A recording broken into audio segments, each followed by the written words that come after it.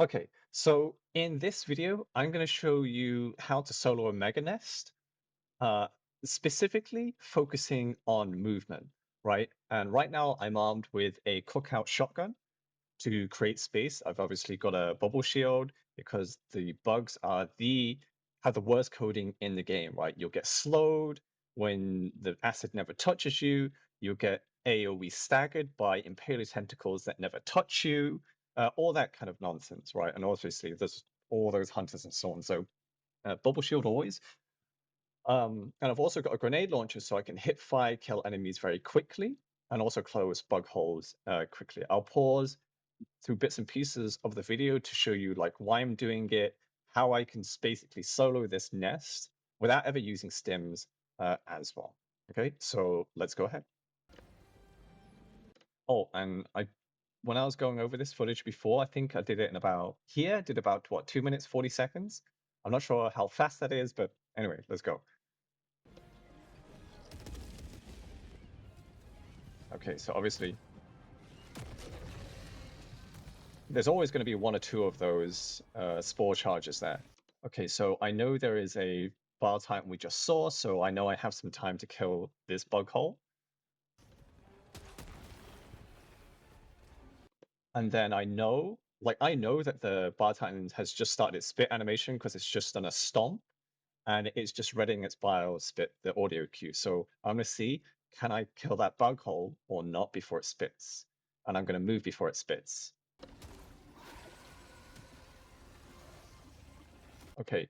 One thing you'll notice that for whatever reason, I have the slow spit animation, as in I've been slowed by the time Bio Titan spit, even though my shields have not broken, and it's still up, right? That's really odd, and I don't seem to have taken any damage. I might have taken single digit damage, but Bio Titan spit has a really bad habit. Actually, even Bile Spewer's spit and Bile Scavenger's spit has a really bad habit and poor coding that will slow you even if the spit has not destroyed the shield. Okay. But yeah, that's been there since day one.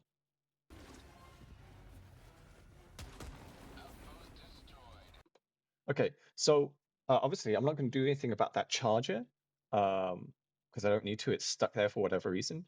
But the reason why I'm turning in here behind this rock to shoot the grenade launcher to close this bug hole is because I can hear from the audio cue, and I remember there's still a bar titan charging me and trying to um, vomit all over me to death, right?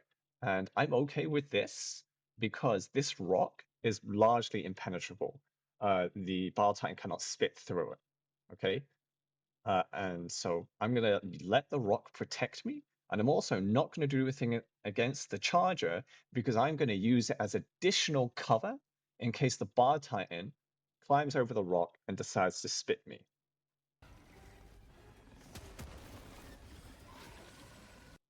Okay, so it's most likely locked into me roughly there, and most likely the charger saved me from a lot of spit. I'm also now know that there's a charger behind me. I don't know if the Bile Titan spit is going to kill it or not. I've got one charger behind me, wounded, and I've got one charger in front of me. And also just notice there, the top of the screen, there's a Bile Titan and a Bile Titan hole. Right, so obviously I'm not going to run up there because I think I only have one ultimatum shot or whatever it is. And in this entire run, you'll notice I don't read my map, like not even once, even though I bang on about in my other videos, always read your map, right? Especially for bugs. Now, the reason I don't do that is because I'm using my eyes to search for threats, right? And I don't believe this has atmospheric spores. Maybe it does, maybe it doesn't. Um, that will prevent me from being able to read my map. But yeah, I'm using everything I can, and I'm just basically asking myself, do I think I can run through those enemies? Okay, because one thing you'll notice, whenever I'm running, I will always look for rocks to run behind that will save me from Bar Titan spit, other bugs, and also block charger charges. Okay,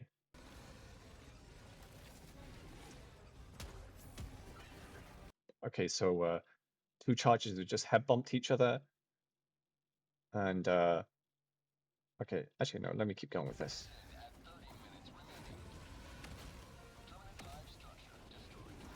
Oh, there's a lot of bar titans. Okay. I now know the biggest threat is going to be that Impaler, and I'll explain that in a moment.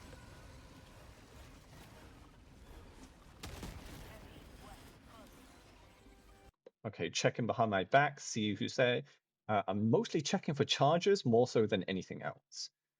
And if I need to throw a stun grenade. Okay, so you can see there's not really a charger over in that left spot, but I'm still very wary. I'm thinking, should I move over there and destroy the bug holes? Or should I move? Oh, I think that might have been a charger because I know there was two chargers charging me from before, and there's no confirmed kills. I've not been able to visually or audibly confirm their deaths, so they might have just run up here. I don't know, but I think that might have been a charger. So for now, I just want to throw a strafing run to kill the Impaler because the AoE from it, the tentacles, when they come up from the ground, they will destroy your shields even if they never touch it. They will also uh, the tentacle coming up will also kill you and damage you, even if it's not directly underneath you. Okay, which is really annoying. Okay, so yeah, again, remember, we're focusing on using our eyes to assess threats, and especially where can I run? Um, what does my spidey senses tell me? And how far away is cover I can run around to save my stamina, right, and give me time to think and reassess the situation again. Of course, I've got to grab a sample here. Okay, as you can see, that charger came from that spot where we thought, no, we're not going to run there because we thought there might have been a charger there. Very, very good decision to make. Better to be safe than sorry. And as you can see, that charger just did a ridiculous turn. Nothing in this earth can do that. And I'm going to mention one more thing as well.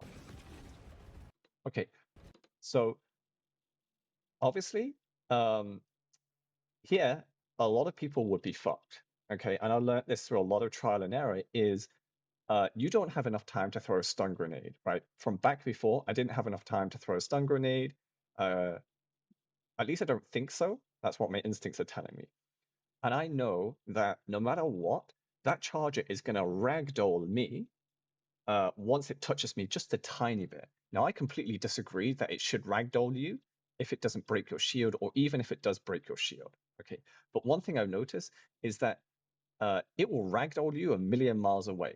Now, the charger, okay, its left leg, which is high in this, is being lifted up.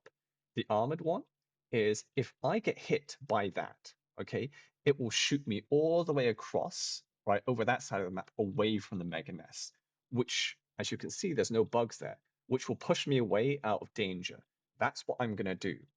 If I ran to the inside of the charger where it's got its injured, broken right leg, right, then it will knock me into the Mega Nest rock, and the charger just might trample me, daze me, and so on, right, which is not good, right, because I'm obviously going to receive a lot more damage, and the bugs are going to be closer to me.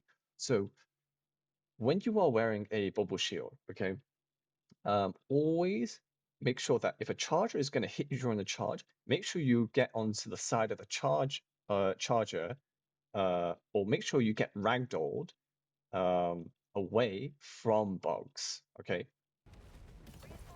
so yeah, this is what I mean. It's pushing me away from the enemies. I've accepted I'm going to get ragdolled, and I've manipulated that scenario to my advantage. Okay, not the perfect scenario, but it's the best. We do what we can. Okay, running, running, running, because there are shriekers. Another thing I also want to mention is I don't know if it's placebo or if it's actual, this, if it actually works, is I normally like to stop running in a straight line when a Biotitan Spit has uh, locked onto me, because I think even though the Biotitan Spit can move after it's been shot, right, in a sense, the Biotitan can move its head up and move the Spit further out. I think it has a much harder time and slower time of moving the Spit sideways as opposed to up and down, right? So I'd like to twerk a little bit, change my direction left or right to kind of throw the spit off during mid vomit. Again, I don't know if that's placebo or if it actually helps, but that's what I would normally do because I think it helps. Yep, I do fat fingers. I would have loved to put strafing run there, but I couldn't. Yep, that was really risky. Because I shouldn't have stopped there, but oh well.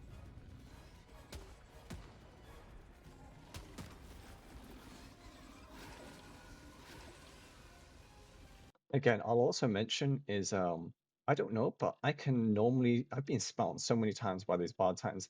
I normally know roughly where they're gonna spit or not. So that's why sometimes I can just stop and just shoot. Okay, again, always look for rocks you can run around to wrap the enemy, right? That will make it harder for them to reach you. Don't always try to run it in open terrain unless you've got superior firepower and you can stop them from face hugging you. Click out to create space. I don't need to kill them.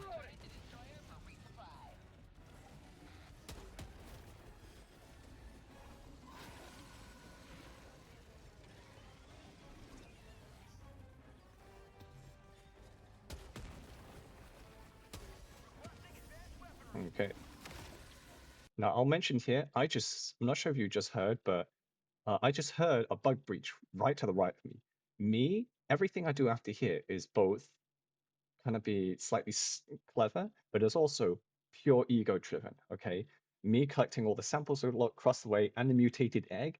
It's just me wanting those eggs. I would not ever do this in one of my serious stimulus runs. I just straight up ignore it. But I'm in a rando game, so I do it.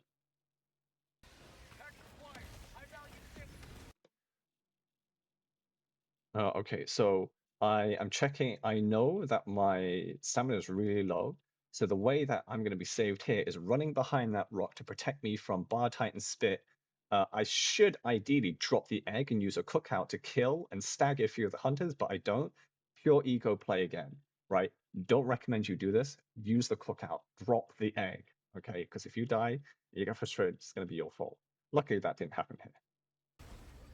But I'm using this rock here to basically recover some stamina, avoid spit, and yeah, run around this rock. Now, one thing you'll see is one of the reasons why I also didn't use the crack-out and didn't drop the egg is because I know the Bile Titan Spit is going to kill, or is trying to kill me, but it's going to end up killing anything that is chasing me.